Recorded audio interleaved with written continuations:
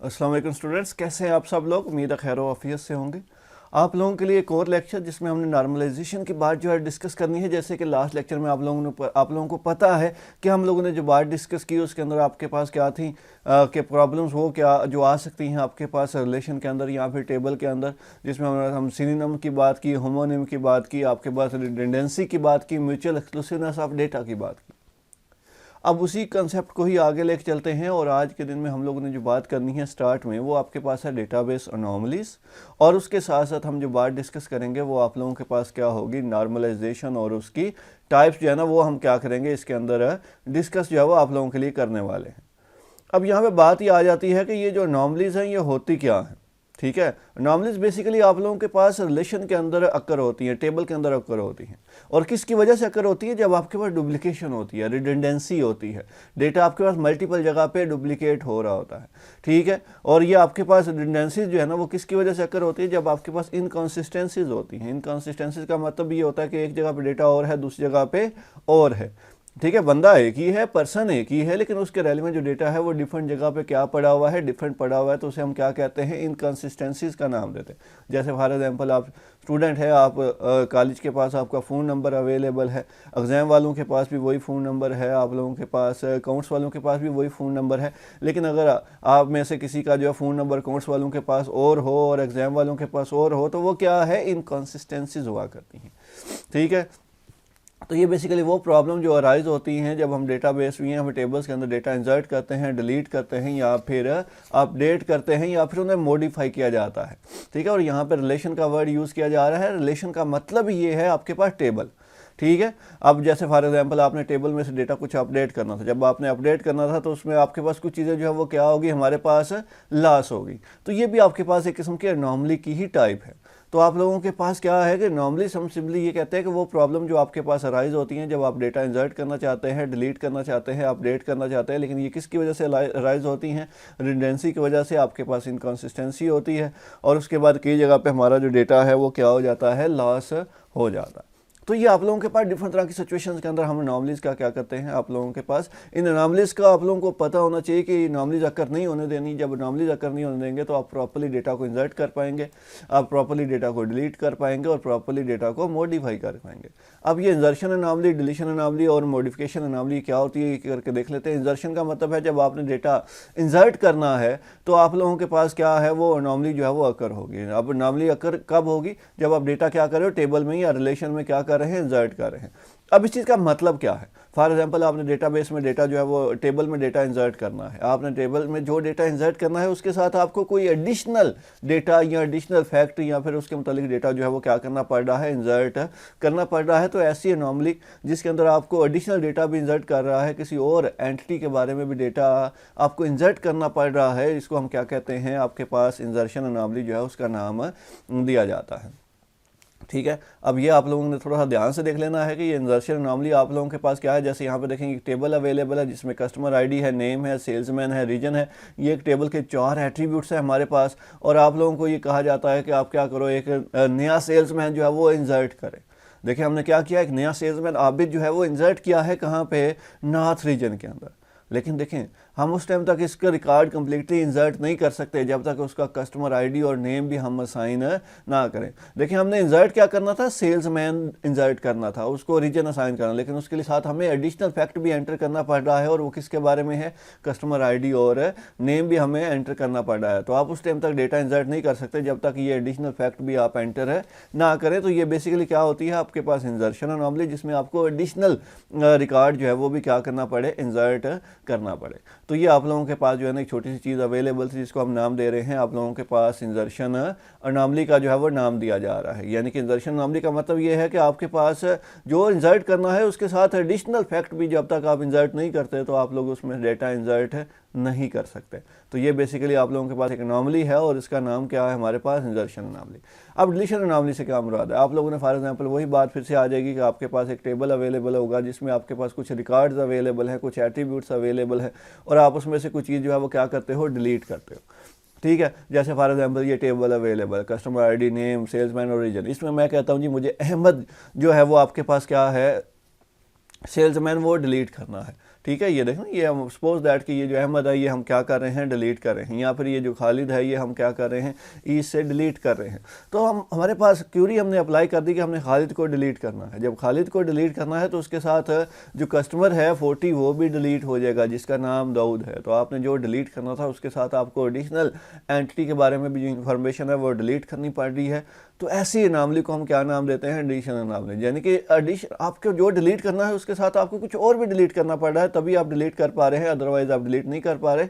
वो है आपके पास जिसको नाम दिया जाता है आप लोगों के पास डिलीशन अनामली। अब मॉडिफिकेशन अनामली क्या है, आपने रिकॉर्ड इंसर्ट करना है, आपने रिकॉर्ड अपडेट करना है, लेकिन आपने जो रिकॉर्ड अपडेट करना है वो आपके पास एक जगह पे अपडेट नहीं हो रहा बल्कि मल्टीपल जगह पे अपडेट हो रहा है। ठीक है, आपने एक जगह पे चेंजेस लेके आनी थी लेकिन वो चेंजेस मल्टीपल जगह पे आ गई, जिसकी वजह से आपका डेटा जो है वो इनकंसिस्टेंस हो गया। ठीक है, इसकी एग्जांपल एक छोटी सी ले लेते हैं। जैसे यहाँ पे देखें, हमने जो सेल्समैन अहमद है ना उसको अपडेट करना है। तो सेल्समैन अहमद दो जगह पे आ रहा है, एक बिल्कुल पहली रो के ऊपर भी आ रहा है और एक तीसरी रो के ऊपर भी आ रहा है। तो अब जब आप सेल्समैन अहमद को अपडेट करेंगे तो आपके पास पहली रो के अंदर भी अपडेशन आ जाएगी, दूसरी रो के अंदर भी अपडेशन आ जाएगी, और इसकी वजह से नुकसान क्या होगा कि आपके पास जो डेटा है वो क्या हो जाएगा, आपके पास इनकंसिस्टेंट हो जाएगा। ठीक है, आपके पास अपडेशन आपने एक जगह पे करनी थी लेकिन उसके लिए अपडेशन आपको उन सब जगह पे होगी जहाँ पे वो वैल्यू जो है वो आपके पास एग्जिस्ट करती है। और ऐसी अनॉमली जिसके अंदर अपडेट आपने एक जगह पे करना था लेकिन आपके पास मल्टीपल जगह पे अपडेशन हो जाए, उसे हम क्या नाम देते हैं, अपडेशन अनॉमली या फिर मॉडिफिकेशन अनॉमली का नाम इसे दिया जाता है। यानी कि ये मल्टीपल जगह पे आप लोगों के पास जो है ना ये मॉडिफिकेशन जो है वो क्या होगी, अकर होगी। तो ये तीन किस्म के अनॉमलीज हैं। ये आपकी बुक का जो पेज नंबर है, बुक का पेज नंबर है 66 67 के ऊपर ये टॉपिक अवेलेबल है। ठीक है, इसी तरह ही आप लोगों के सामने ये लिखा हुआ है। उसके बाद आप लोगों के पास आ जाता है कि नॉर्मलाइजेशन क्या होती है, ये अनॉमलीज ख़त्म कैसे होंगे। उसके लिए हमारे पास जो इस्तेमाल किया जाएगा उसे नॉर्मलाइजेशन का नाम देंगे। नॉर्मलाइजेशन का मतलब ये है कि एक ऐसा प्रोसेस है जिसमें हम रिलायबल डेटा स्ट्रक्चर जो बनाते हैं। रिलायबल डेटा स्ट्रक्चर से क्या मुराद है कि ऐसा डेटा स्ट्रक्चर डिज़ाइन किया जाएगा जिसमें इंसर्शन की भी कोई इशू नहीं होगा, आपके पास डिलीशन का भी कोई इशू नहीं होगा, अपडेशन का भी कोई इशू नहीं होगा। उसके बाद आप लोगों के पास रिडंडेंसी भी नहीं होगी, इनकंसिस्टेंसी भी नहीं होगी, और ये सारे प्रॉब्लम जो हम जो है वो रिलायबल आपके पास नॉर्मलाइजेशन की मदद से क्या कर सकते हैं, रिजॉल्व कर सकते हैं। ठीक है, शुरू में देखें ना आप लोग जब भी टेबल वगैरह बनाते हैं इम्प्लीमेंटेशन से पहले किसकी बात आती है, लॉजिकल डेटाबेस डिज़ाइन की बात आती है। जब लॉजिकल डेटाबेस डिज़ाइन आप लोग डिज़ाइन कर लेते हो, आप बना लेते हैं, आप एंट्रीज एट्रीब्यूट्स उनके रिलेशनशिप को रिप्रेजेंट कर लेते हैं, उसके बाद आपके पास रिलेशंस आ जाते हैं। लेकिन वही बात आ जाती है, जो टेबल्स या रिलेशंस हमारे पास उसके बाद बनते हैं वो उनके अंदर क्या होती है, नॉर्मलीज होती हैं या अब नॉर्मेलिटीज़ होती हैं। ठीक है, अब नॉर्मेलिटीज़ क्यों, मतलब ऐसी सिचुएशंस आपके पास कह सकते हैं जिसकी वजह से वही जो मैंने पहले बात की है, इंसर्शन अपडेशन डिलीशन, अपडेशन के अंदर आपके पास क्या आते हैं, इश्यूज़ आना जो है वो शुरू हो जाते हैं। ठीक है, अब ये जो नॉर्मलाइजेशन इसका फ़ायदा क्या होगा, वही बात होगी, आपके पास रिडंडेंसी नहीं होगी, डुप्लिकेशन ऑफ डाटा ख़त्म नहीं होगा लेकिन कम से कम हो जाएगा, आपके पास इतनी ज़्यादा डुप्लिकेशन नहीं होगी। ठीक है, वो आप लोगों के पास क्या है, रिडंडेंसी है। मैं दोबारा से बोल रहा हूँ कि डुप्लिकेशन 100% ख़त्म नहीं होगी बल्कि क्या होगी, आपके पास काफ़ी हद तक कम हो जाएगी। और उसके बाद आप लोगों के पास क्या है, इंसर्शन डिलीशन अपडेशन, और आपके पास डिलीशन में कोई इशू नहीं आएगा, आपके पास अनॉमलीज जो है वो कम से कम हो जाएंगी, और आपके पास क्या होगा, आपको एडिशनल चीज़ें भी इंसर्ट करने की ज़रूरत नहीं पड़ेगी, और उसके साथ साथ इनकंसिस्टेंसीज भी ख़त्म हो जाएंगी हमारे पास। ठीक है, जिसकी वजह से हमारे पास क्या होगा कि सूटेबल सेट ऑफ रिलेशंस बन जाएंगे। यानी कि टेबल्स आपके पास एक टेबल शुरू में आप देखेंगे नॉर्मलाइजेशन का जब पहला स्टेप आएगा तो आपके पास टेबल एक होगा, लेकिन उसके बाद टेबल जो है वो आगे डिवाइड होते जाएंगे। जब डिवाइड होते जाएंगे तो आप लोगों के पास डेटा आसानी से जो है वो स्टोर किया जा सकता है, और उसके बाद उनके दरमियान में रिलेशनशिप भी बड़ी ईजिली क्या किया जाएगा, आपके पास डिज़ाइन किया जा सकता है। ठीक है जी, तो ये आप लोगों के पास क्या है, नॉर्मलाइजेशन। लेकिन नॉर्मलाइजेशन जो है वो आपके पास जब आप करते हैं तो आप डिफरेंट स्टेजेस से गुजरते हैं। डिफरेंट स्टेजेस से गुजरते हुए आप क्या करते हो, चीज़ों को नॉर्मलाइज करते हैं, जिसमें आपके पास फर्स्ट नॉर्मल फॉर्म है, सेकंड नॉर्मल फॉर्म है, थर्ड नॉर्मल फॉर्म है, वॉइस कोडेड नॉर्मल फॉर्म है, आपके पास फोर्थ नॉर्मल फॉर्म है, और आपके पास फिफ्थ नॉर्मल फॉर्म है। लेकिन आपके कोर्स में थर्ड नॉर्मल फॉर्म तक ही है, तो हम इसी चीज़ को देखेंगे। लेकिन ये आगे कौन कौन से होती है थोड़ा थोड़ा माइनर सा देख लेंगे, ताकि आप लोगों को अंदाज़ा हो फ्यूचर में आप जब इन्हें पढ़ेंगे तो आप लोगों को इशू पेश ना आए। तो आपके पास ये जो हर एक स्टेप है ठीक है। इसके अंदर आप लोग करते क्या हैं, याद रखिएगा, ये जो नॉर्मल फॉर्म मैं कह रहा हूँ ना, first normal form, second normal form, third normal form, तो हर एक नॉर्मल फॉर्म की क्या है, सर्टन क्राइटेरियाज हैं, कंडीशंस हैं, जो हर एक नॉर्मल फॉर्म के ऊपर फुलफिल होंगे, तभी हम उससे क्या करेंगे, आगे बढ़ेंगे। आप देखेंगे, आप जब फर्स्ट नॉर्मल फॉर्म में आएंगे तो कुछ कंडीशंस आएंगी, सेकंड नॉर्मल फॉर्म में आएंगे तो कुछ कंडीशंस आएंगी, थर्ड नॉर्मल फॉर्म में आएंगे तो कुछ कंडीशंस, जैसे ही वो कंडीशन फुलफिल होती जाएगी हम उस नॉर्मल फॉर्म में जो है वो आते जाएंगे। जैसे फॉर एग्जाम्पल आगे आप देखेंगे कि हम सबसे पहले किस फॉर्म में आएंगे, आपके पास अननॉर्मलाइज फॉर्म में आएंगे। अननॉर्मलाइज फॉर्म के ऊपर हम कुछ कंडीशन जो है वो अप्लाई करेंगे, जब कंडीशंस अप्लाई हो जाएंगे तो हम फर्स्ट नॉर्मल फॉर्म में आ जाएंगे। यानी कि वो आप लोगों के पास क्या है कि हमने वो कंडीशंस फुलफिल करनी है, तभी आप उस नॉर्मल फॉर्म में आ सकते हैं, अदरवाइज आप उस नॉर्मल फॉर्म में नहीं आ सकते। ठीक है, जब तक वो आपके पास कंडीशन सेटिस्फाइड नहीं होंगी उस टाइम तक आप आगे नहीं बढ़ सकते। जैसे for example different data sources से आपने डेटा लिया, ठीक है, वो डेटा सोर्सेज क्या क्या हो सकते हैं, वो डेटा सोर्सेज आपके पास कोई ना कोई यूज़र भी हो सकता है जो इसको पहले इस्तेमाल कर रहा था, उससे आपने डेटा सोर्स लेना है, या फिर आपने डेटा जो है ना वो डिफरेंट तरह के डेटा मॉडल से डेटा ले रहे हैं, या फिर डेटा डिक्शनरी से जिसके अंदर सारी इन्फॉर्मेशन पड़ी है वहाँ से आप डेटा ले रहे हो।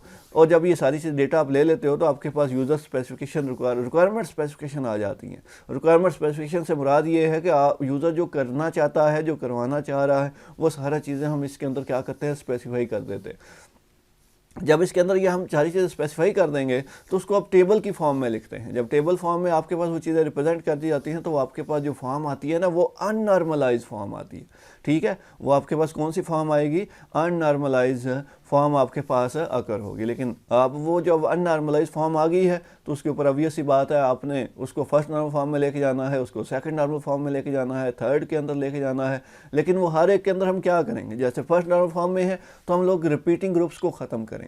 रिपीटिंग ग्रुप से क्या मुराद है, आपके पास एक टेबल आएगा, उस टेबल के अंदर आपके पास एक सेल के अंदर एक से ज़्यादा वैल्यूज़ आ रही होंगी, वो एटॉमिक वैल्यूज़ नहीं होंगी बल्कि मल्टीपल वैल्यूज़ होंगी, तो उन्हें हम क्या कहेंगे, रिपीटिंग ग्रुप्स का नाम आप लोगों के पास दिया जाएगा। जब हम सेकंड नॉर्मल फॉर्म में आएंगे तो हम पार्शियल डिपेंडेंसी को ख़त्म करेंगे। ठीक है, partial dependency. Third normal form में आएंगे तो हम ट्रांजिटिव डिपेंडेंसी को ख़त्म करने, तभी हम थर्ड नॉर्मल फॉर्म में आ सकते हैं।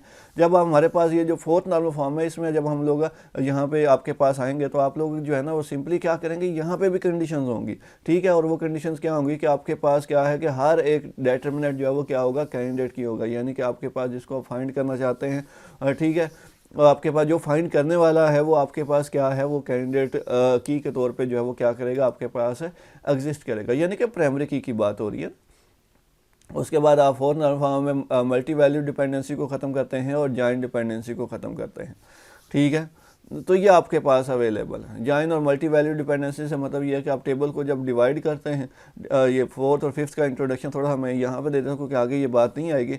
तो ये आप लोगों के पास फोर्थ और फिफ्थ से मुराद ये है कि जॉइंट डिपेंडेंसी से मुराद ये है कि आपने टेबल को हिस्सों में तकसीम किया था, उसके बाद जब आपने दोबारा से ज्वाइन किया तो वो आपके पास कुछ ना कुछ डेटा उसमें से लॉस हो गया, तो उसके अंदर हमारे पास क्या है, जॉइंट डिपेंडेंसी आ जाती है। तो उसको भी हमें क्या करना होता है कि ख़त्म करना होता है कि टेबल को इस तरह से डिवाइड करें कि आप दोबारा से अगर उसे ज्वाइन भी करना पड़े तो आपके पास डेटा लॉस ना हो। लेकिन ये आपके कोर्स का हिस्सा नहीं है, सिंपली ये बात याद रखेंगे, टेबल है उसको हिस्सों में तकसीम किया, जब दोबारा से उस टेबल को मर्ज किया तो कुछ ना कुछ डेटा लॉस हो गया, तो वो आपके पास क्या हुआ कि वो आपके पास वो जो डेटा है वो आपके पास फिफ्थ नॉर्मल फॉर्म में नहीं है। लेकिन जब आप इस चीज़ को ख़त्म करेंगे, ख़त्म कैसे करेंगे कि जब आप दोबारा से टेबल को ज्वाइन करें तो आप में से कोई डेटा लॉस ना हो, तो आपके पास कौन सी होती है, फिफ्थ नॉर्मल फॉर्म होती है।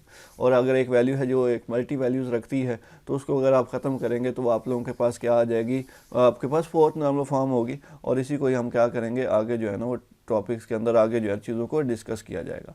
ठीक है, उम्मीद है कि यहाँ तक आप लोगों को बात समझ आ गई होगी। अब हम वापस चलते हैं आप लोगों के पास आपकी बुक के ऊपर, ठीक है, ताकि बुक के ऊपर ये जो नॉर्मलाइजेशन है ना, इसके जो टॉपिक्स जो वर्डिंग लिखी हुई है उसको हम क्या कर सकें, देख सकें। ठीक है, अब ये नॉर्मलाइजेशन वाला टॉपिक हम यहाँ तक पहुँच चुके हैं कि हम लोगों ने क्या किया है कि फर्स्ट नॉर्मलाइज फॉर्म की बात कर ली, आगे सोन हम जो है ना वो आप किसके ऊपर आ चुके हैं, आपके पास फंक्शनल डिपेंडेंसी के ऊपर आ चुके हैं। लेकिन इस फंक्शनल डिपेंडेंसी के ऊपर आने से पहले आप लोगों को इसको स्टार्ट जो लेना है वो आप लोगों के पास इसका स्टार्ट आएगा फर्स्ट नॉर्मल फॉर्म के ऊपर। अब ये जो फर्स्ट नॉर्मल फॉर्म है ये क्या चीज़ होती है, ऑब्वियस सी बात है, हमारा जो स्टार्ट होगा वो किससे होगा, आपके पास अननॉर्मलाइज फॉर्म से होगा। ठीक है, ज़रा दोबारा से देख लीजिएगा किससे स्टार्ट होगा, अननॉर्मलाइज फॉर्म से। ज़रा ये टेबल देखिएगा, आप लोगों के सामने एक टेबल अवेलेबल है, ये एक टेबल है जिसमें डिपार्टमेंट नंबर है, डिपार्टमेंट नेम है, एम्प्लॉय नंबर है और एम्प्लॉय नेम है। ठीक है, हमने क्या करना है, यहाँ से स्टार्ट लेना है अपना। ठीक है, अब जरा देखिएगा ये आपके पास कौन सी फॉर्म आ गई। अब इसमें आपके पास ये अननॉर्मलाइज फॉर्म है। अननॉर्मलाइज फॉर्म कैसे है, हमें कैसे पता चला। ठीक है, यहाँ पे देखें आपके पास ये जो इम्प्लॉय नंबर है, इसमें देखें E01 एक नंबर अवेलेबल है, E02 दूसरा नंबर अवेलेबल है। एम्प्लॉय नेम जो है इसमें देखें आपके पास उस्मान, खलील और अब्दुल्ला। आपके पास एक सेल है, ये जो इतना हिस्सा है ना उसे हम सेल कहते हैं। ये जो एक जिसमें उस्मान, खलील और अब्दुल्ला लिखा हुआ है ना, ये बेसिकली एक सेल है। अब इस सेल के अंदर एक वैल्यू नहीं है बल्कि दो वैल्यूज़ हैं। ठीक है, एक आपके पास उस्मान खलील है और एक अब्दुल्ला है। सेम ऐसे एम्प्लॉय नंबर के अंदर भी आपके पास E01 एक वैल्यू है और E02 अवेलेबल है। तो आपके पास क्या है, जब आपके पास एक सेल के अंदर एक से ज़्यादा वैल्यूज़ होती हैं तो उन्हें हम रिपीटिंग ग्रुप्स का नाम देते हैं। जब आपके पास टेबल में रिपीटिंग ग्रुप्स हैं तो इसका मतलब ये हुआ कि आप किस फॉर्म में हैं, आप अननॉर्मलाइज फॉर्म में हैं। तो अब इस अननॉर्मलाइज फॉर्म को नॉर्मलाइज करने का तरीका जो है वो दो मेथड के थ्रू है। पहला मेथड ये होगा कि हम लोग क्या करेंगे, सिंपली आप देखिएगा ज़रा यार गौर करें, ये आपके पास वही टेबल जो है वो फर्स्ट नॉर्मल फॉर्म में कन्वर्ट किया गया है। यहाँ पे देखें ज़रा, यहाँ पे उस्मान और अब्दुल्ला, ठीक है, इस दोनों को क्या किया है, दो रोज़ में डिवाइड कर दिया है। E01 और E02 यहाँ पे भी अब कितनी रोज़ आ चुकी हैं, 2 0।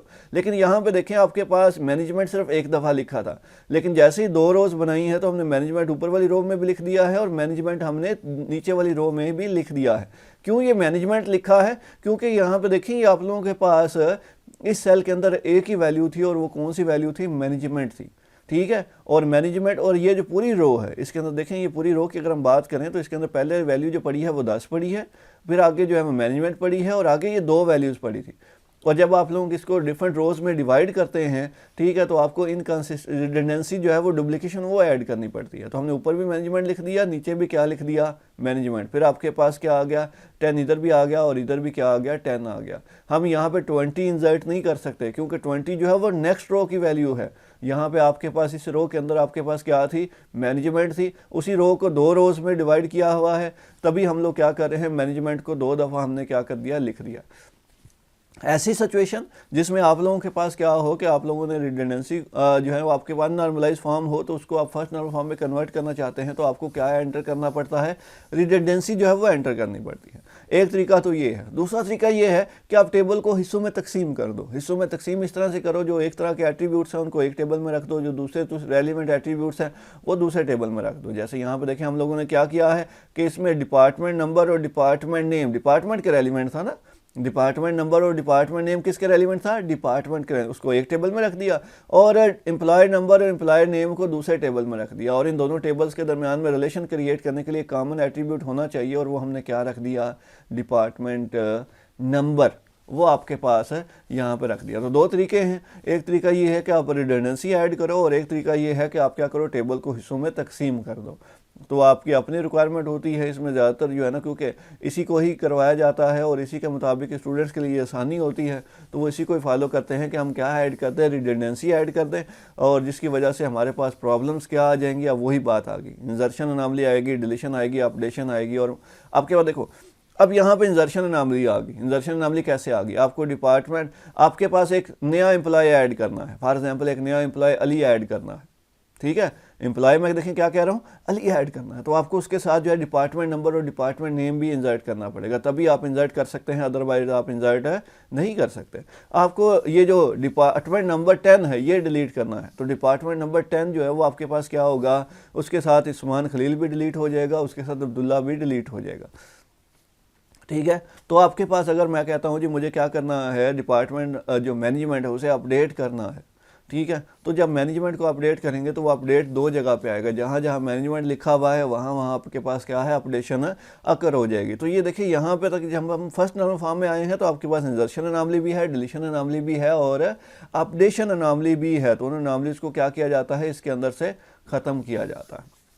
ठीक है, अब हम बढ़ना है हमने सेकंड नॉर्मल फॉर्म के अंदर। अब जब सेकंड नॉर्मल फॉर्म में जाना है ना, तो हमारे पास क्या होना चाहिए, ज़रा देखिएगा, ये कुछ कंडीशंस लिखी हैं। जैसे मैंने पहले कहा था ना कि आपके पास जो भी फॉर्म होगी उसके लिए आपके पास कुछ कंडीशंस होती हैं। अब आपके पास पहली चीज़ ये होनी चाहिए कि आपके पास जो अब सेकंड नॉर्मल फॉर्म में जा रहे हैं तो आपके टेबल में क्या होना चाहिए, प्राइमरी की होनी चाहिए, और प्राइमरी की कंसिस्ट करे एक एट्रीब्यूट के ऊपर, यानी कि उसके अंदर कंपोजिट एट्रीब्यूट ना हो, यानी कि ऐसी प्राइमरी की बनानी है जो कंपोजिट एट्रीब्यूट के ऊपर बेस है ना कर रही हो।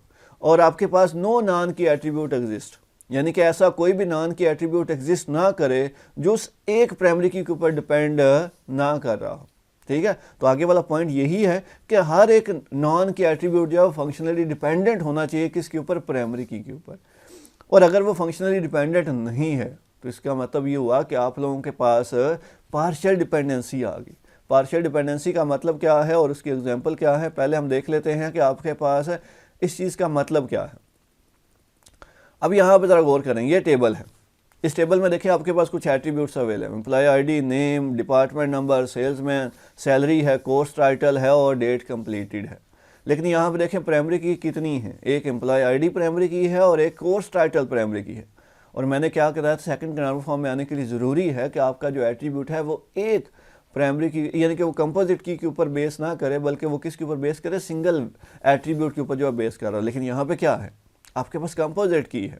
उसके बाद यहाँ पे जब दो एट्रीब्यूट्स आ गए हैं तो इसका मतलब ये हुआ कि आप लोगों के पास किस में है, पार्शियल डिपेंडेंसी एग्जिस्ट करती है। पार्शियल डिपेंडेंसी से मुराद ये है कि हाफ एट्रीब्यूट एक के ऊपर डिपेंड करेंगे और हाफ एक के ऊपर। अब ये सी बात है ना, यहाँ पे देखिए एम्प्लॉय आईडी है तो एम्प्लॉय आईडी की मदद से हम नेम, उसका डिपार्टमेंट नंबर, सैलरी फाइंड कर सकते हैं और कोर्स की मदद से हम उसकी कोर्स की डेट कंप्लीटेड फाइंड कर सकते हैं। अब जैसे मैं एग्जांपल ले लेता हूँ, स्टूडेंट है, स्टूडेंट का अगर रोल नंबर है तो उसकी बेस पे स्टूडेंट का रिकॉर्ड आएगा ना, उसकी बेस पे टीचर का रिकॉर्ड थोड़ी आ सकता है। ठीक है, तो अगर टेबल होता है जिसमें एक साइड पे स्टूडेंट की वैल्यूज़ आ रही हो, स्टूडेंट्स के एट्रीब्यूट्स आ रहे होते हैं, दूसरी साइड पे टीचर के एट्रीब्यूट्स आ रहे होते हैं, तो उसके अंदर भी आपके पास क्या आ जाती, आपके पास पार्शियल डिपेंडेंसी आ जाती, क्योंकि स्टूडेंट्स के रोल नंबर की मदद से हम स्टूडेंट का रिकॉर्ड फाइंड करेंगे और कोर्स की मदद से हम क्या करेंगे, या फिर टीचर के नंबर की मदद से हम टीचर का रिकॉर्ड फाइंड करेंगे। और ऐसी सिचुएशन जिसमें दो डिफरेंट किस्म की इन्फॉर्मेशन आ जाए, जिससे आपको क्लियर हो रहा हो कि आपके पास एक एट्रीब्यूट की मदद से आप एक वैल्यू फाइंड कर सकते हैं, यानी कि एक शख्स के बारे में या एक एंटिटी के बारे में आप वैल्यूज़ फाइंड कर सकते हैं, और दूसरी आपके पास प्राइमरी आपके पास जो एट्रीब्यूट है उसकी मदद से आपको दूसरी वैल्यूज़ फाइंड कर सकते हैं। जैसे इसके अंदर आपके पास एम्प्लॉय आईडी है, अगर ये से हम प्राइमरी की के तौर पे कंसीडर करेंगे तो हम लोग क्या करेंगे, एम्प्लॉय नेम, डिपार्टमेंट, सैलरी जो है वो इसे फाइंड कर सकते हैं। लेकिन अगर हम कोर्स टाइटल को उसकी बात करें तो उसकी मदद से हम कोर्स वो कब कंप्लीट हुआ उसे फाइंड कर सकते हैं। और अगर मोर देन वन एट्रीब्यूट होते हैं आपके पास एक टेबल के अंदर जो कि प्राइमरी की के तौर पे एग्जिस्ट कर रहे हैं, तो वो आप लोगों के पास क्या है, कंपोजिट आपके पास की बन जाती है। जब कंपोजिट की है तो आप सेकंड नॉर्मल फॉर्म में नहीं है, और दूसरी आप कब सेकंड नॉर्मल फॉर्म में नहीं है, जब आपके पास पार्शियल डिपेंडेंसी है। तो अब ये सी बात है, हाफ एट्रीब्यूट की मदद आपके पास एम्प्लॉय आईडी की मदद से हम एम्प्लॉय का इन्फॉर्मेशन फाइंड कर सकते हैं, और कोर्स टाइटल की मदद से हम डेट कंप्लीटेड जो है वो उसे फाइंड कर सकते हैं। जब आपके पास ऐसी सिचुएशन हो जिसमें आपके पास कुछ एट्रीब्यूट, एक एट्रीब्यूट की मदद से आप उस टेबल के हाफ एट्रीब्यूट्स को फाइंड कर रहे हो, और किसी दूसरे एट्रीब्यूट की मदद से या किसी दूसरे की एट्रीब्यूट की मदद से आप टेबल में से कोई दूसरे एट्रीब्यूट्स या हाफ दूसरे एट्रीब्यूट फाइंड कर रहे हो, तो उसे हम क्या कहते हैं, पार्शियल डिपेंडेंसी। अब पार्शियल डिपेंडेंसी को ख़त्म करने का तरीका क्या होता है? पार्शियल डिपेंडेंसी जो है ना उसे ख़त्म करने का बड़ा ही आसान तरीका होता है, और वो आसान तरीका क्या होता है कि आप टेबल को हिस्सों में तकसीम कर दो। टेबल को हिस्सों में इस तरह तकसीम किया जाए जो वो एट्रीब्यूट जो आपके पास बेस कर रहे हैं आपके पास, यानी कि ऐसे एट्रीब्यूट जो एक प्राइमरी की के ऊपर बेस कर रहे हैं उसे एक टेबल में रख दो, ऐसे एट्रीब्यूट जो दूसरी प्राइमरी की के ऊपर बेस कर रहे हैं उसे दूसरे टेबल में रख दो। और जब ये आप ऐसे सिचुएशन कर देंगे तो आपका टेबल मल्टीपल हिस्सों में तकसीम हो जाएगा, जैसे यहाँ पे हो रहा है। देखें, एम्प्लॉय आईडी की मदद, हमने एक टेबल को लिया, उसमें उसके अंदर एम्प्लॉय के रेलिवेंट सारी इन्फॉर्मेशन रख दी, employ ID, employ name, department और सैलरी। फिर हमने दूसरा टेबल लिया, वो है आपके पास कोर्स, ठीक है, और कोर्स के अंदर हमने क्या रख दिया है, कोर्स टाइटल और डेट कंप्लीटेड। लेकिन यहाँ पे आप दोनों का रिलेशनशिप डिफाइन करना था। जब रिलेशनशिप डिफाइन करना है तो एक एट्रीब्यूट का कॉमन होना ज़रूरी है, तो उसके लिए हम क्या करेंगे, कौन से इन्फॉर्मेशन इसमें कॉमन ले लेंगे जो किसके रेलिवेंट, जो है आपके पास एम्प्लॉय आईडी है। अब ज़रा यहाँ पे थोड़ा चेक कर लेते हैं। अब देखिएगा इंसर्शन अनॉमली क्या इसके अंदर है, आपने एक एम्प्लॉय जो है वो नया ऐड करना है, तो आपको सिर्फ एम्प्लॉय की इन्फॉर्मेशन ही ऐड करनी है। सेम ऐसे ही अगर आप इस टेबल में कोई नई कोर्स जो है वो एंटर करना चाह रहे हैं, सिर्फ आपको एम्प्लॉय आईडी ऐड करना है, उसके अलावा कोई इन्फॉर्मेशन की ज़रूरत नहीं है। तो यहाँ तक हम लोग कहीं कह सकते हैं कुछ हद तक हमारी जो अनॉमलीज हैं वो क्या होगी, ख़त्म होगी। लेकिन अब जब थर्ड नॉर्मल फॉर्म में जाएंगे तो मज़ीद आपकी अनॉमली जो है वो क्या हो जाएगी, ख़त्म हो जाएगी। जैसे यहाँ पर देखें ना, इस टेबल में भी तो अनॉमली है ना। आपके पास अगर रिकॉर्ड नंबर 100 जो है वो डिलीट करना है तो आपके पास ये जो एम्प्लॉय आईडी 100 है ये आप लोगों के पास 2 जगह से डिलीट हो जाएगा और उसके साथ उसकी सारी इन्फॉर्मेशन भी डिलीट हो जाएगी और एडिशनल कोर्स की इन्फॉर्मेशन भी डिलीट हो जाएगी। आपने अगर नई कोर्स जो है ना वो एक नया एम्प्लॉय 160 ऐड करना है तो ऑब्वियस सी बात है उसके साथ कोर्स टाइटल और डेट कंप्लीटेड भी हमें इंसर्ट करना पड़ेगा, तभी आप इंसर्ट कर सकते हैं। आपको हसनैन जो नेम है या हसनैन जो एम्प्लॉय है उसको अपडेट करना है तो वो हसनैन 2 जगह पे है, तो जहाँ जहाँ पे हसनैन आ रहा होगा वहाँ पे रिकॉर्ड अपडेट हो जाएगा। तो ये आप लोगों के पास क्या है, प्राइमरी की जो ये आप लोगों के पास क्या है, ये एनॉमलीज हैं। और यहाँ पे ये जिनके अंदर नीचे लाइन लगी हुई है ना, ये आप लोगों के पास याद रखिएगा की एट्रीब्यूट है, यानी कि ये प्राइमरी की है। और उसके अलावा ये जो नेम है, डिपार्टमेंट है, सैलरी है, डेट कंप्लीटेड है, ये नॉन की एट्रीब्यूट्स है। मतलब ये आपके पास कीज एट्रीब्यूट नहीं है, ये प्राइमरी की नहीं है, बल्कि ये आपके पास नॉर्मल एट्रीब्यूट्स हैं। ठीक है, यहाँ पे एक टॉपिक पीछे स्किप किया था थोड़ा सा, ज़रा वो देख लीजिएगा। अब उसकी तरफ चलते हैं। यहाँ पे ना ये पार्शियल डिपेंडेंसी से मुराद ये है कि ऐसी डिपेंडेंसी जिसमें आपके पास एक या एक से ज़्यादा नॉन की एट्रीब्यूट जो फंक्शनलिटी डिपेंडेंट हो किसके ऊपर, प्राइमरी की के ऊपर या प्राइमरी की के पार्ट के ऊपर। जैसे मैंने कहा कि आपके पास जैसे 2 एट्रीब्यूट्स है जो प्राइमरी की के तौर पर काम कर रहे हैं आपके इस टेबल के अंदर। इसके अंदर हाफ एट्रीब्यूट एक के ऊपर डिपेंड कर रहे होंगे, हाफ दूसरे के ऊपर डिपेंड कर रहे होंगे, तो इसको हम क्या नाम देंगे, ये आपके पास पार्शियल डिपेंडेंसी है। ठीक है, अब यहाँ पे ना एक और चीज़ आ गई है आप लोगों के पास, यहाँ पे मैंने स्किप की थी। ठीक है, वो ज़रा वो भी देख लेते हैं ताकि आप लोगों को चीज़ें अंदाज़ा हो सके। आपके पास यहाँ पे ना एक चीज़ होती है ये फंक्शनल डिपेंडेंसी के अंदर। फंक्शनल डिपेंडेंसी बेसिकली आप लोगों के पास रिलेशनशिप होता है 2 एट्रीब्यूट्स के दरमियान। यानी कि इससे क्या मुराद है कि अगर आपने एक एट्रीब्यूट की वैल्यू आपको नोन है तो उसकी मदद से आप दूसरी वैल्यू जो है वो क्या कर सकते हैं, निकाल सकते हैं। जैसे फॉर एग्जांपल आपका रोल बोर्ड का रिजल्ट आया है, आपको रोल नंबर पता है, तो रोल नंबर की मदद से आप अपना name, father name, registration number, आप अपने मार्क्स जो है ना, ये सारी चीज़ें क्या कर सकते हैं, निकाल सकते हैं।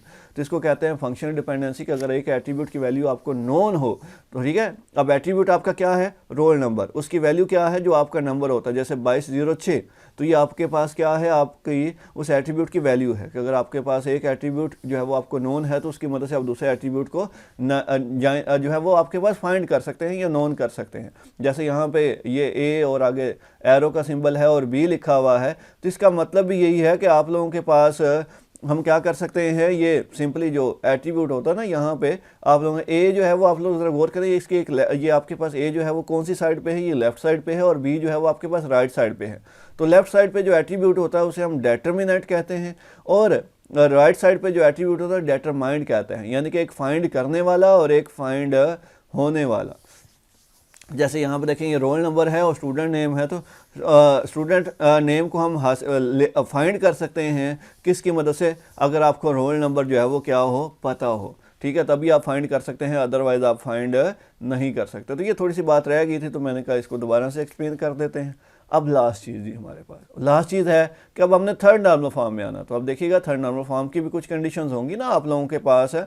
वो जो थर्ड नॉर्मल फॉर्म की कंडीशंस होंगी वो आप लोगों के पास क्या है, वो क्राइटेरिया क्या है, वो आपके पास एक ही क्राइटेरिया है कि हमारे पास एक चीज़ नहीं होनी चाहिए, और वो क्या है, ट्रांजिटिव डिपेंडेंसी। मतलब 2 या 2 से ज़्यादा नॉन की एट्रीब्यूट्स के दरमियान में डिपेंडेंसी नहीं होनी चाहिए। नॉन की एट्रीब्यूट्स कौन से होते हैं, की एट्रीब्यूट के अलावा नॉन की एट्रीब्यूट। जैसे ये टेबल है, इसमें आपके पास customer ID, that one is the key attribute, name, salesman, region, that one is the non key attributes. ठीक है, और आपके पास इसके अंदर भी वो भी ऑब्वियसली बात है, हर एक नॉर्मल फॉर्म में अनॉमली ज़रूर होती हैं, इंसर्शन अनॉमली, डिलीशन और मॉडिफिकेशन अनॉमली। जब हम उस प्रॉब्लम को ख़त्म करेंगे, जैसे यहाँ पे अब ट्रांजिटिव डिपेंडेंसी को ख़त्म किया जाएगा, तो हम लोग किस फॉर्म में चले जाएंगे, थर्ड नॉर्मल फॉर्म में चले जाएंगे, और आपकी जो नॉर्मलीज हैं ये भी कम से कम हो जाएंगी। ठीक है, तो हमारे पास क्या है कि ट्रांजिटिव डिपेंडेंसी नहीं होनी चाहिए 2 नॉन की एट्रीब्यूट्स की मदद से। यानी कि इससे मुराद क्या है कि आप एक नॉन की मदद से दूसरा नॉन की फाइंड नहीं कर सकते। फॉर एग्जांपल आपको बोर्ड का अगर रोल नंबर फाइंड करना है तो आप कॉलेज के कोड की मदद से फाइंड कर सकते हैं। सॉरी, बोर्ड का अगर रिजल्ट पता करना है तो आप कॉलेज के बोर्ड की कॉलेज का जो आप लोगों के पास होता है कोड, उसकी मदद से फाइंड कर सकते हैं, या फिर आप रोल नंबर की मदद से फाइंड कर दें। यहाँ तीसरी चीज़ क्या आती है, नेम की मदद से फाइंड करें। इसके अलावा किसी चौथी चीज़ से आप अपना जो मार्क्स हैं या अपना रिजल्ट फाइंड नहीं कर सकते। ये जो मैंने कहा है ना, रोल नंबर, वो आपके पास कॉलेज का कोड और उसके बाद नेम, ये तीनों क्या हैं, की एट्रीब्यूट्स हैं। लेकिन इसके अलावा अगर किसी और एट्रीब्यूट की मदद से आप अपना रिजल्ट फाइंड कर रहे हैं तो याद रखिएगा वो नॉन की एट्रीब्यूट है। तो नॉन की एट्रीब्यूट की मदद से आप अगर कोई दूसरा नॉन की एट्रीब्यूट फाइंड कर रहे हैं तो याद रखिएगा ऐसी सिचुएशन को हम क्या कहते हैं, ट्रांजिटिव डिपेंडेंसी जो है उसका नाम दिया जाता है। अब ट्रांजिटिव डिपेंडेंसी जो है उसको ख़त्म करने का तरीका क्या होता है कि टेबल को पहले टेबल में से ये देखो कि क्या आप लोगों के पास ये डिपेंडेंसी एग्जिस्ट भी करती है। जैसे यहाँ पे देखें, सेल्समैन की मदद से हम रीजन फाइंड कर सकते हैं कि ये फॉर एग्जाम्पल मैं ही एक सेल्समैन हूँ, मैं किस इलाके में काम कर रहा हूँ ये आप पता कर सकते हैं। ठीक है, तो आप लोग किसी इलाके में रह रहे हैं, वहाँ पे आप पता करना चाहते हैं कि कौन सा सेल्समैन है, तो आप पता कर सकते हैं। ठीक है, तो वो आप लोगों के पास क्या है, ये ट्रांजिटिव डिपेंडेंसी है। और ऐसे एट्रीब्यूट्स जिनके दरमियान में ये डिपेंडेंसी जो है वो एग्जिस्ट कर रही हो, तो इसका बेहतरीन हल यही होता है आप उसको डिवाइड करके अलहदा से एक नए टेबल में रख दें। ठीक है, तो हमारे पास क्या है, जैसे यहाँ पर देखें ये एट्रीब्यूट्स अवेलेबल है जिसके अंदर आपके पास ये टेबल अवेलेबल है जिसमें आपके पास कस्टमर आईडी है, नेम है, सेल्समैन रीजन है। और यहाँ पे हम ये कह रहे हैं कि आपके पास सपोज दैट के सेल्समैन की मदद से हम रीजन फाइंड कर सकते हैं, रीजन की मदद से हम सेल्समैन फाइंड कर सकते हैं। और ये दोनों की एट्रीब्यूट नहीं है, ये प्राइमरी की नहीं है क्योंकि हमने इन्हें प्राइमरी की नहीं रखा हुआ, तो ये नॉन की एट्रीब्यूट्स हैं। जब नॉन की एट्रीब्यूट की मदद से आप की एट्रीब्यूट को फाइंड करना चाह रहे हैं तो वो आप लोगों के पास क्या है, ट्रांजिटिव डिपेंडेंसी है। और इसके अंदर आपके पास इंजर्शन अनामली, डिलीशन और मॉडिफिकेशन अनामली भी होगी। सपोज दैट कि आप एक नया जो है वो आपके पास सेल्समैन जो है वो ऐड करना चाहते हैं, ज्वाइन किया है उसे कंपनी में और उसे आपने नॉर्थ रीजन जो है वो असाइन कर दिया है, और आप रिकॉर्ड इंसर्ट नहीं कर सकते जब तक आप उसे कस्टमर क्या करते हैं, असाइन नहीं करते। यानी कि इस टेबल के मुताबिक ना जब तक आप कस्टमर असाइन नहीं करेंगे तो उस टाइम तक आप उसका रिकॉर्ड इंसर्ट नहीं कर सकते। डिलीशन अनामली है, फॉर एग्जांपल आपने जो है वो रिकॉर्ड नंबर 40 जो है वो डिलीट करना है तो उसके साथ सेल्समैन का डाटा भी जो है वो डिलीट हो जाएगा। फॉर एग्जांपल आपने सेल्समैन जो अहमद है उसे क्या करना है, रीअसाइन करना है ईस्ट रीजन के अंदर। ठीक है, तो आपके पास सेल्समैन अहमद जहाँ जहाँ आ जाएगा वहाँ आपके पास अपडेशन आ जाएगी। ये मोर देन वन आपके पास रोज़ के अंदर आपके पास अपडेशन आएगी। तो यहाँ पे इस टेबल में भी आपके पास इंजर्शन अनामली भी है, डिलीशन भी है और मॉडिफिकेशन अनामली भी अवेलेबल है। मैंने कहा जी यहाँ पे हम ट्रांजिटिव डिपेंडेंसी को ख़त्म करने वाले हैं नॉन की मदद से। आप दूसरा नॉन की जो है वो क्या करने वाले हैं, आपके पास फाइंड कर रहे थे तो उसको ख़त्म करने का तरीका ये है कि टेबल को हिस्सों में तकसीम कर दो। जब टेबल को हिस्सों में तकसीम किया जाएगा तो वो एट्रीब्यूट जो आपके पास है जिनके दरमियान में डिपेंडेंसी आ रही होगी उसे हम एक टेबल में रख देंगे जिसमें सेल्समैन और रीजन आ गया।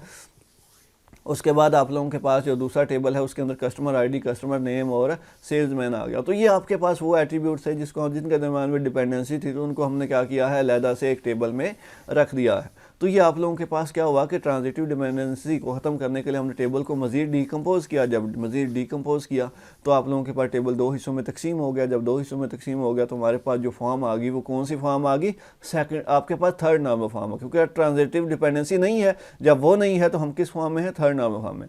अब ज़रा यहाँ पर एनॉमलीज को चेक करते हैं। देखिए आपको नया सेल्समैन इंसर्ट करना है तो ऑब्वियस सी बात है आप इंसर्ट कर सकते हैं। आपको सिर्फ एक नया कस्टमर जो है वो ऐड करना है तो ऑब्वियस सी बात है आपको सिर्फ और सिर्फ क्या करना पड़ेगा, उसका सेल्समैन ऐड करना है, उसके रीजन की ज़रूरत है नहीं है। तो हम यहाँ पे ये कह सकते हैं कि आपके पास कुछ हद तक वो एनॉमलीज जो है वो ख़त्म हो चुकी हैं। आपका डेटा रिडंडेंट भी नहीं है जो हमने शुरू में बात की। और यही आप लोगों के पास क्या है, नॉर्मलाइजेशन है, जिसमें हम टेबल को हिस्सों में क्या कर देते हैं, तकसीम कर देते हैं। ठीक है, तो ये आप लोगों ने चीज़ें जो है ना वो देख लेनी है, ध्यान करनी है, ध्यान से अंडरस्टैंड करनी है। फिर उसके बाद जो है ना हम लोग आगे चलेंगे। और आप लोगों के पास जो नोट्स के अंदर आपके पास जो क्वेश्चंस अवेलेबल हैं जिसके अंदर आप लोगों के पास ये एनॉमलीज वगैरह वाले क्वेश्चन जो हैं वो सारे अवेलेबल हैं, उनको आप लोगों ने देख लेना है। आप लोगों के पास जो शॉर्ट क्वेश्चंस हैं, जो लॉन्ग क्वेश्चंस हैं, जो MCQs हैं, वो आप लोगों ने इसके अंदर जो है वो कम्प्लीटली डिटेल में स्टडी कर लेने हैं सारे के सारे। ठीक है, जैसे ये आपके पास आप लोगों के पास यही नोट्स अवेलेबल हैं, आप लोगों को पता है। ठीक है, यही सारी इन्फॉर्मेशन आप लोगों को दी गई है, इसको ध्यान से पढ़ें। इसके अंदर जो MCQs हैं उसको अंडरस्टैंड करें। ठीक है जी, मैं आप लोगों के सामने कुछ एक दो चीज़ें और डिस्कस कर लेते हैं कि इसमें से आपने क्या क्या चीज़ें जो है वो देखनी है। ठीक है जी, यह आपका वही चैप्टर अवेलेबल है जो आपके पास नोट्स अवेलेबल हैं। इसके अंदर देखें डेटाबेस एनॉमलीज क्या होती है, normalization, determinant, first normal form, partial dependency, second normal form. ठीक है, ये वो शॉर्ट क्वेश्चन हैं जो आपके पास इसका हिस्सा हैं। उसके अलावा आप लोगों के पास डिफाइंड ट्रांजिटिव डिपेंडेंसी, उसके बाद पार्शियल और ट्रांजिटिव डिपेंडेंसी में क्या डिफरेंस है, थर्ड नॉर्मल फॉर्म, और उसके बाद ये MCQs आ जाते हैं। और ये कुछ लॉन्ग क्वेश्चन हैं जिसमें आपके पास नॉर्मलाइजेशन क्या होती है और explain first normal form with example. तो आप लोगों ने क्या करना है, इसको लॉन्ग के रिस्पेक्टिव से भी थोड़ा सा देख लेना है। जिसमें अनॉमलीज वाला टॉपिक, जिसमें इंसर्शन डिलीशन ऑपरेशन एग्जांपल के साथ, और उसके बाद first normal form, second normal form, third normal form, ये भी आप लोगों ने क्या करना है, एग्जांपल के साथ इसे देख लेना है। ठीक है, यही आज का टॉपिक है और इसके साथ ही चैप्टर आपका वाइंड अप होता है। इंशाल्लाह अगर आपको कोई क्वेश्चन होता है तो डिस्कस करें। ठीक है जी, अल्लाह हाफिज़।